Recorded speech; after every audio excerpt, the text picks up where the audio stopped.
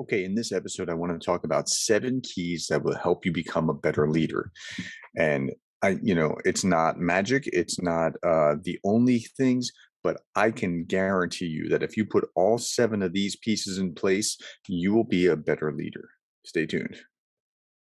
You are listening to The Leadersmith, Darren Gertis.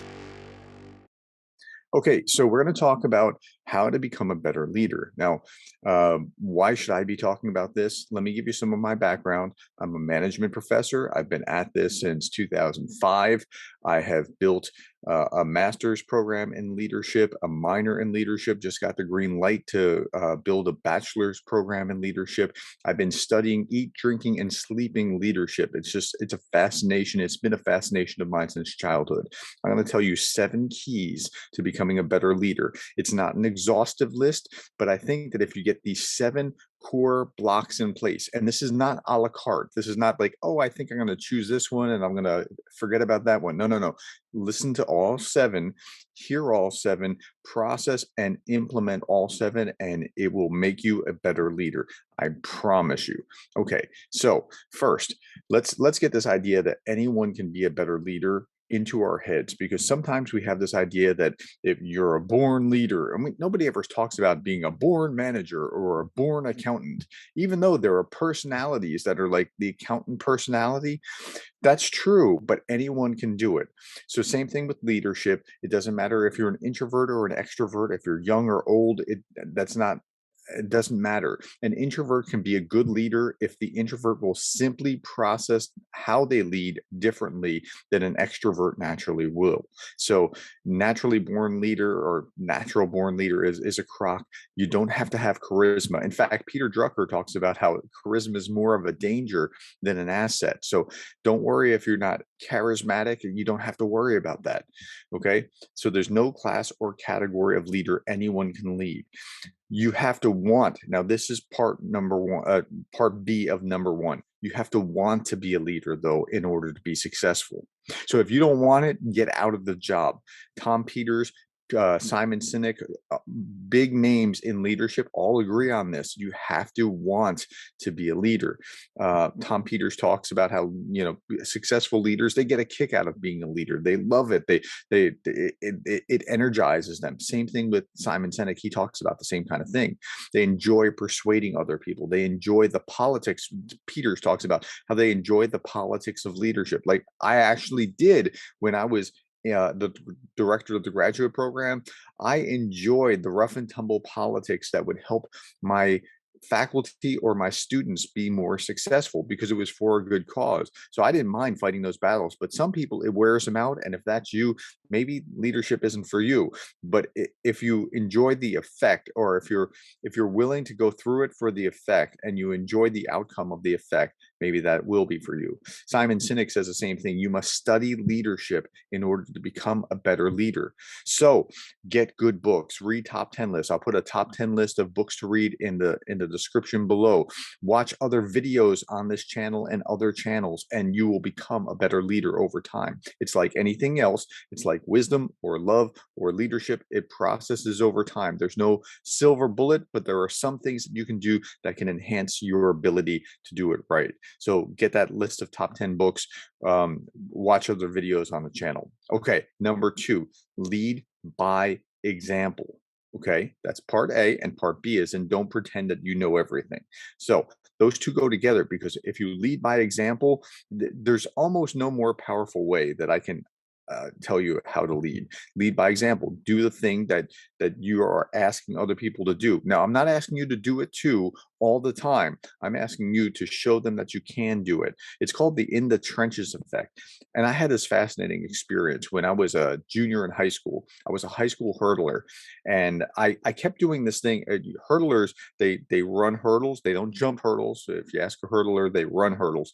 But every third step or fifth step, depending on how short their legs are, they'll run the hurdle. They'll put a lead leg over and a trail leg will follow.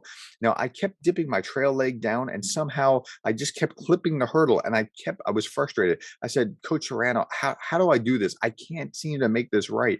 And he said, and he would tell me and tell me and tell me, and it never clicked.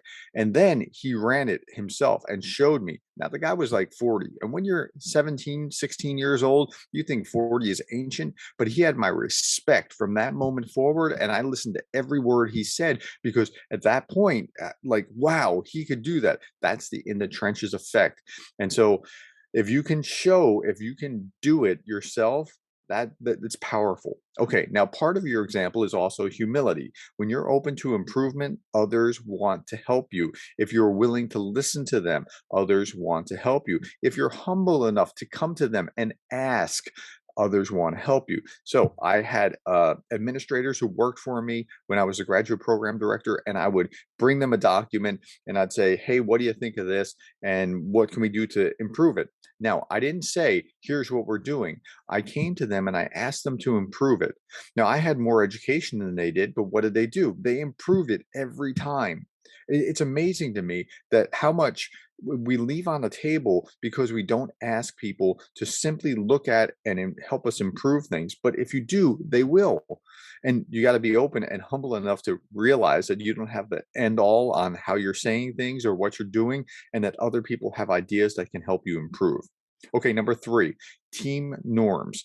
So I do this exercise in my power and influence class where I have them create kind of a contract. The scenario is this: either they're first coming into the organization and they're brand new to the organization and they come in with this document saying, hey, here's how this department should run, or they're going on a trip for a couple of months and they're saying, here's what will happen in my absence. Either way, they're creating a contract in this, and the idea is that this is how the organization should run. So we're getting all the norms of the organization out in the open and on the same page. Now, this document is particularly powerful if you can build it jointly with your people, not just hand something down, but it's a document that will bind them and you. And then you review it regularly and you hold them to it and they hold you to it, and you reward them for holding you to it and them to it. So this is how we're going to operate.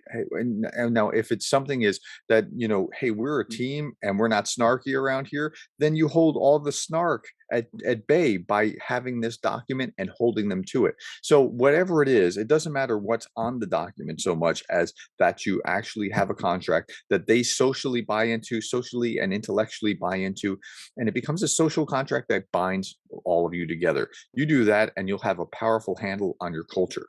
Okay, number four, don't become a bottleneck. Bosses do this all the time because they want to feel like they're important, but your job is to remove obstacles. You are not quality control, like bring it to me, I will see what this is like. No, you're a gardener. You're trying to help grow these leaders. That's language that I borrowed from Drucker. Drucker was once asked if leaders are born or made, and he said they're grown, and it's like a gardener. That's your job. You're trying to help them grow. You're not trying to oversee if they're making errors because they're the little people. Okay, so sometimes we want to provide all the answers, and when we do that, we disempower our people. We want to help them do it themselves instead. That's the way to help them grow. Help them do it themselves without your approval. Get out of the way. Now, we fall into this trap because it just feels so good to be needed. Oh, we're needed. Oh, they can't do it without us. What would they do without us? And when we do that, when we try to feel like we're powerful and feel like we're important, we take away their responsibility from them, and then they become infantilized, or they become feeble because we're creating the feebleness in them. Don't do that. Help them grow. Help them feel important. Help them feel like they have ownership over what's going on. Do what any good parent would do. My 6-year old, I don't want her to be dependent on me to tie her shoes. I want to help her tie her shoes so that she understands it, and then I want her to tie her shoes the rest of her life. Does that make sense? So if I can do that at home, I can do that at work. Give them confidence. Ask them questions. And I talked about this earlier, but when you ask questions, you are saying something really amazing about how much you value them. It's not just, hey, I'm telling you what to do because I'm the boss. And you can do that. You have the formal power to do that, but stop. Don't do that. Stop telling, start asking. And when you ask, you empower, you help them grow, you help them think through what they would do, and it becomes this virtuous cycle. Okay, number five, you must cultivate leadership attributes in others. So check your ego. This is somewhat similar to the last, but it's a little different. Check your ego, help them shine. Remember, leadership, you're watching a leadership video right now. You're watching this video to help you become a better leader, but leadership isn't about you, it's about them. Yes, you're working on you to help them. And if you keep them, others in mind the whole time, that's how you're going to help them grow. Remember, leadership is about others, not you. They need to have a vision and a North Star. You work that out, and maybe you're pointing the way. That's the North Star, guys. Remember that one, the big shiny one. That's the North Star. But they can pursue this without you. They don't need you. Then at that point, you're empowered. Simon Sinek talks about starting with why, and he does that for a reason. If you help them get the motivation and they have the why, then they can figure out the how on their own. Patton talked about the same thing. Never tell people what to do. Tell them how to do something. Tell them what to do, and they'll amaze you with the results. So start with the why. Provide the why. Give them the room to work it out. Create a protective bubble around them to help them, let them work, and you'll be amazed at what they can do. Okay, number six. Number six is create a culture or a climate of psychological safety. It has to be a psychologically safe place, not a place of judgment, not a place of high pressure, not a place where they can't screw up. And it certainly can't be a place where they can't tell the truth. They have to be able to tell the truth. If yes men are getting promoted because they agree with you, that's bad. You have to make sure that everyone knows what they need to do, what their priorities are, and then help them become self-starters so that they agree upon their goals and then they go do it. That's it. And by the way, while I'm on this point, this is a little side note. If a job is 80%, if they come to you with a plan and it's 80% as well done as you would create, let them roll. Don't get in the way and say, well, I would do X, Y, and Z. No, you're going to cull their motivation. Don't do that. Focus on their motivation, help them become what there should be, and make sure the environment is one where they can thrive. Okay, finally, you have to be, now I talked about how leadership is not about you, it's about others, but you have to be the kind of leader worth following. Do you have integrity? Are you honest? Can you be trusted? Okay. Can they trust you to do what you say you will do? If you say you're going to do X, are you going to do X, or are you going to do Y? If you are that rock, if you're that stability, everything comes together. That's why I told you, you can't just pick and choose these different things. You have to listen all the way to the end, because if you don't, then you're going to have a problem. Okay. They know also that you're not perfect. So you have to admit your mistakes, be humble enough to say, I don't know. I've been to a Nobel laureate's presentation. I was at the University of Virginia when James Buchanan, he won a Nobel Prize in economics, spoke, and people kept asking him questions. Dr. Buchanan, what do you think about this? What do you think about that? He's like, I don't know. Hey, he's a Nobel Prize winning economist. If he can admit, I don't know, certainly as a young or new manager or mid-level manager, you can admit that you don't know something. And when you don't know, now is your opportunity to ask, well, what would you do? How would you process this? Let's think through this. And they will come up with ideas. And guess what? When they come up with ideas, they own it. That's how you can become a good manager. Admit your mistakes. You're not perfect. Stop insulting their intelligence by pretending that you are. Okay, now here, I want you to go to a next step, because this is going to help you significantly process what I talked about. Watch this video. This video is about the best leadership story I've ever heard. And if you watch this and process it and make it part of what you do, you're going to be a better leader.